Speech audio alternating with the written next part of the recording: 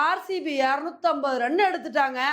இந்த ஸ்கோரை சேஸ் பண்ணி நீங்க வின் பண்ணிட்டாலும் இப்படி சிஎஸ்கே பார்த்து சொல்ற மாதிரி தான் இப்போ உள்ள நிலைமை வந்திருக்குங்க. இன்னைக்கு சிஎஸ்கேக்கும் ஆர்சிபிக்கும் நடக்கிற மேட்ச்ல சிஎஸ்கே அதிசயமா டாஸ் எல்லாம் வின் பண்ணி ஃபர்ஸ்ட் பவுலிங் சூஸ் பண்ணாங்க. இதை பார்த்த உடனே நம்மளும் சந்தோஷமா இருந்தோம். பரவாயில்லையே, இத்தனை நாள் ஃபர்ஸ்ட் பேட்டிங் பண்ணி தான் தோத்தோம், இன்னைக்கு பவுலிங்ல சூப்பரா கண்ட்ரோல் பண்ணிடுவாங்க அப்படின்னு தான் எதிர்பார்த்தோம். பிலிப் சால்ட்டும் விராட் கோலி நல்லா தாங்க ஆரம்பிச்சாங்க.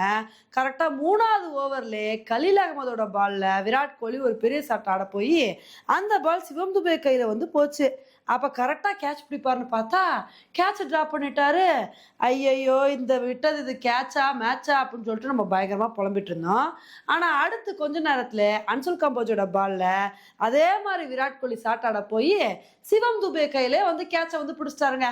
குறி ஒரு தடவை தான் தப்பு அப்படின்ற மாதிரி விராட் கோலி கேட்சை பிடிச்சிட்டாரு. விராட் கோலி கேட்சை பிடிச்சது மட்டும் இல்லாம நான் ஒரு விக்கெட்டும் எடுப்பேன் கேட்ச் விட்ட பாவத்துக்கு அப்படின்னு சொல்லிட்டு பிலிப் சால்ட்டோட விக்கெட்டை எடுத்தாரு. சரி, அதுக்கப்புறம் அப்படியே நல்ல பவுலிங் பர்ஃபார்மன்ஸை கொடுத்து ஆர்சிபியை கண்ட்ரோல் பண்ணிடுவாங்க, ஏன்னா ஸ்கோரும் ஓரளவுக்கு மாடரேட்டாக தான் இருக்கு அப்படின்னு எதிர்பார்த்துட்டு இருந்தோம். அப்போதாங்க படிக்கல் இருந்துட்டு நான் விடுவேன்னா என்னோட பங்குக்கு நான் அதிரடி காட்டுவேன் அப்படின்னு மனுஷன் ஒரு சூப்பரான இன்னிங்ஸ் கொடுத்தாரு. அவர் கூட பட்டிதார் நல்ல பார்ட்னர்ஷிப் போட்டாருங்க.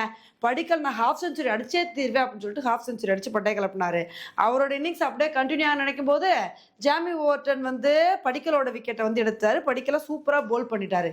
சரி, அதுக்கப்புறம் ஓரளவுக்கு ஆர்சிபியை கண்ட்ரோல் பண்ணிடுவாங்கன்னு நினைக்கும் போது அதுக்கப்புறம் டிம் டேவிடும் பட்டிதாரும் சேர்ந்து வேற லெவல் பார்ட்னர்ஷிப் போட்டாங்க.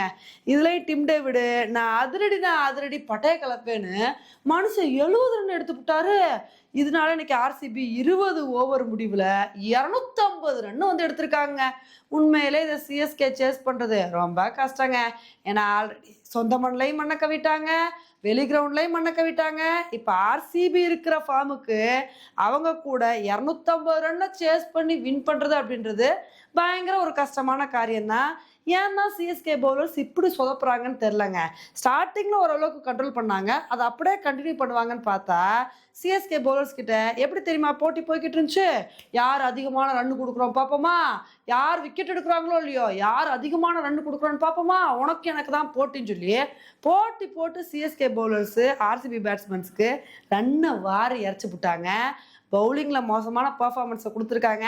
பேட்டிங்ல சிஎஸ்கே என்ன பண்றாங்க அப்படின்றத பொறுத்து பார்க்கலாம். ஓகே ஃப்ரெண்ட்ஸ், ஆர்சிபியோட பேட்டிங்கை பத்தி நீங்க என்ன நினைக்கிறீங்க அப்படின்றத என்னோட கமெண்ட் செக்ஷன்ல போடுங்க. இதே மாதிரி இன்னொரு வீடியோல உங்களை மீட் பண்றேன். Bye friends.